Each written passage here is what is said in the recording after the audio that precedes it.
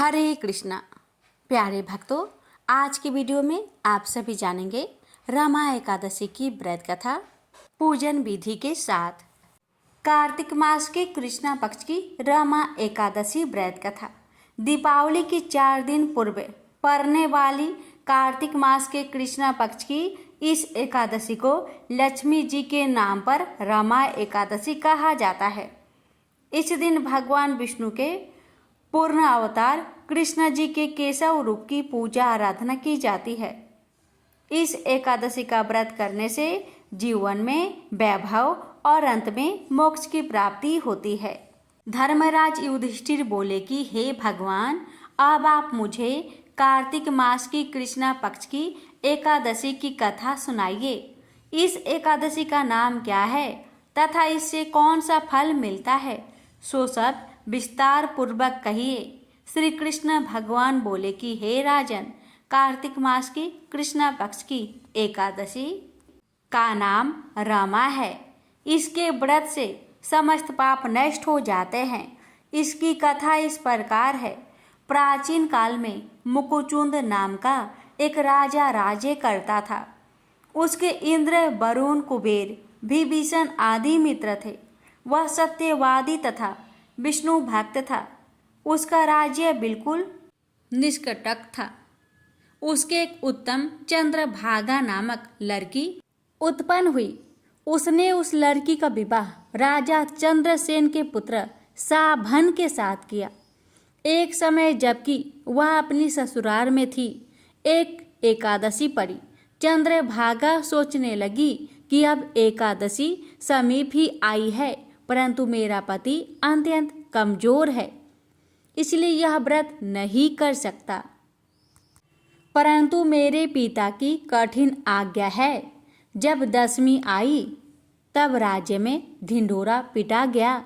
उसको सुनकर शोभन अपनी पत्नी के साथ गया और बोला कि हे प्रिय, तुम मुझे कुछ उपाय बतलाओ, क्योंकि मैं व्रत करूंगा तो मैं अवश्य ही मर जाऊंगा।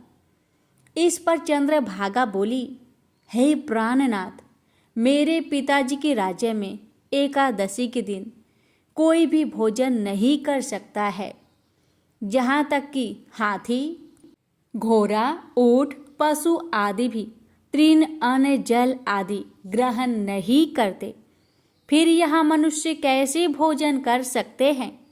यदि आप भोजन करना चाहते हैं तो दूसरे स्थान को चले जाइए, क्योंकि यदि आप इसी स्थान पर रहोगे तो आपको व्रत अवश्य ही करना पड़ेगा।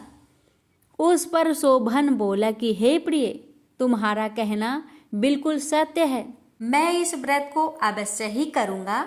मेरे भाग्य में जो लिखा है वह होगा ही। ऐसा विचार करके उसने एकादशी का व्रत किया और वह भूख और प्यास से अत्यंत पीड़ित होने लगा। सूर्य भगवान भी अस्त हो गए और जागरण के लिए रात्रि हुई। वही रात्रि शोभन को दुख देने वाली थी। दूसरे दिन प्रातः से प्रथम ही शोभन चल बसा।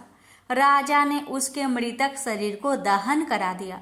चंद्रभागा अपने पति की आज्ञा अनुसार दहन ना हुई, परंतु पिता के घर में रहना उत्तम समझा।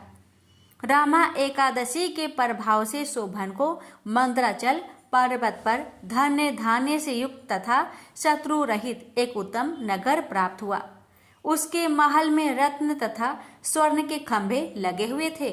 वहां पर वह स्वर्ण तथा मणियों के सिंहासन पर सुंदर वस्त्र तथा आभूषण से युक्त बैठा हुआ था। आभूषणों से युक्त गंधर्व तथा अप्सरा इसकी स्तुति कर रहे थे। उस समय राजा शोभन दूसरा इंद्र प्रतीत हो रहा था।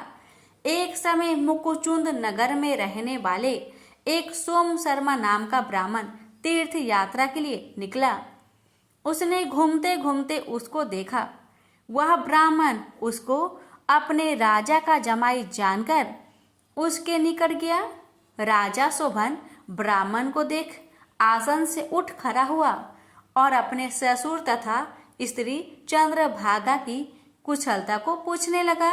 सोम शर्मा ब्राह्मण बोला कि हे राजन, हमारे राजा कुशल है तथा आपकी पत्नी चंद्रभागा भी कुशल है। अब आप अपना वृत्तांत बतलाइए।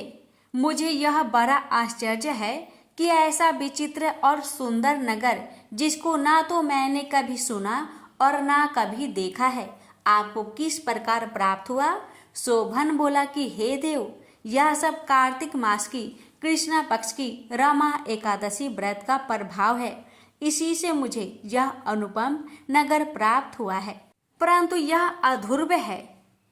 इस पर ब्राह्मण बोला कि हे राजन, यह अध्रुव क्यों है? ध्रुव किस प्रकार हो सकता है, सो आप मुझे समझाइए। मैं आपके कहे अनुसार ही करूँगा, आप इसमें बिल्कुल भी झूठ ना समझे। शोभन बोला कि हे देव, मैंने अश्रद्धा पूर्वक व्रत किया था, उसके प्रभाव से मुझे यह नगर प्राप्त हुआ है, लेकिन मैं इसे अध्रुव मानता हूँ। यदि तुम इस वृत्तांत को राजा मुकुचुंद की पुत्री चंद्रभागा से कहोगे तो वह उसको ध्रुव बना सकती है। ब्राह्मण ने वहां आकर चंद्रभागा से समस्त वृत्तांत कहा। इस पर राजकन्या चंद्रभागा बोली कि हे ब्राह्मण देव, आप क्या वह सब वृत्तांत प्रत्यक्ष देख कर के आए हैं या अपना स्वप्न कह रहे हैं? इस पर ब्राह्मण बोला कि हे पुत्री, मैंने तेरे पति शोभन को तथा उसके नगर को प्रत्यक्ष देखा है, परंतु वह नगर अध्रुव है। तू कोई ऐसा उपाय कर जिससे कि वह ध्रुव हो जाए। इस पर चंद्रभागा बोली कि हे महाराज, आप मुझे उस नगर में ले चलिए। मैं अपनी पति को देखना चाहती हूँ। मैं अपने व्रत के प्रभाव से उस नगर को ध्रुव बना लूंगी। चंद्रभागा के वचनों को सुनकर वह ब्राह्मण उसको मंत्राचल पर्वत के पास वामदेव के आश्रम को ले गया।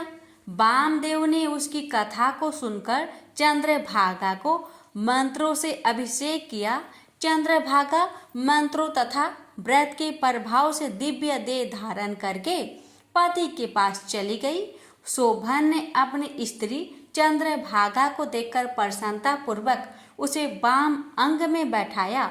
चंद्रभागा बोली कि हे प्राणनाथ, अब आप मेरे पुण्य को सुनिए। जब मैं अपने पिता के गृह में 8 वर्ष की थी, तब ही से मैं स्वविधि एकादशी का व्रत करने लगी हूँ। उन्हीं व्रतों के प्रभाव से आपका यह नगर ध्रुव हो जाएगा और समस्त कर्मों से युक्त होकर प्रलय के अंत तक रहेगा। चंद्रभागा दिव्य रूप धारण करके तथा दिव्य वस्त्र अलंकारों से सजकर अपने पति के साथ आनंद पूर्वक रहने लगी और शोभन उसके साथ आनंद पूर्वक रहने लगा। हे राजन, यह मैंने रमा एकादशी का महात्म्य कहा है। जो मनुष्य रमा एकादशी के व्रत को करते हैं, उनके समस्त ब्रह्म हत्या आदि के सब पाप नष्ट हो जाते हैं। जो मनुष्य रमा एकादशी का महात्म्य सुनते हैं, वह अंत समय विष्णु लोक को जाते हैं। प्रेम से बोलिए विष्णु भगवान जी की जय। रमा एकादशी व्रत की पूजन विधि। रमा एकादशी के दिन सुबह जल्दी उठकर स्नान आदि से निवृत्त हो जाए। घर के मंदिर में दीप प्रज्वलित करें। भगवान श्री विष्णु का गंगा जल से अभिषेक करें। इस पावन दिन श्री हरि विष्णु और माता लक्ष्मी जी की पूजा करें। उन्हें पीले पुष्प और तुलसी दल अर्पित करें। इस दिन संभव हो तो व्रत उपवास अवश्य रखें। पूजन के पश्चात भगवान की आरती करें। भगवान को पीली मिठाई तथा ऋतु फल का भोग लगाए। भगवान विष्णु के भोग में तुलसी को जरूर शामिल करें। बिना तुलसी के भगवान विष्णु भोग ग्रहण नहीं करते। आपको ध्यान रखना है कि एकादशी व्रत में भगवान को सिर्फ स्वास्तिक चीज़ों का ही भोग लगाए। इस दिन अधिक से अधिक ध्यान भगवान में लगाए तथा उनके मंत्रों का जाप करें। रात्रि जागरण करें। तत्पश्चात अगले दिन सुबह पुनः पूजन करके ब्राह्मण को भोजन करवाए, अन्न वस्त्र दान और दक्षिणा दे। तत्पश्चात खुद पारण करे। अब आइए भक्तों जानते हैं एकादशी व्रत की तिथि के बारे में। हिंदू पंचांग के अनुसार कार्तिक माह में कृष्णा पक्ष की एकादशी तिथि 27 अक्टूबर को सुबह 5:23 से शुरू होगी। इस एकादशी तिथि का समापन 28 अक्टूबर को सुबह 7:50 पर होगा। ऐसे में इस साल रमा एकादशी का व्रत 28 अक्टूबर 2024 को रखा जाएगा। एकादशी व्रत का पारण दूसरे दिन सूर्योदय के बाद किया जाता है। एकादशी व्रत का पारण द्वादशी तिथि खत्म होने से पहले करना बेहद जरूरी होता है। ऐसे में रमा एकादशी का पारण 29 अक्टूबर को किया जाएगा। रमा एकादशी व्रत का पारण समय 29 अक्टूबर को सुबह 6:31 से सुबह 8:44 तक का रहेगा। इस दिन द्वादशी तिथि सुबह 10:31 पर समाप्त हो जाएगी।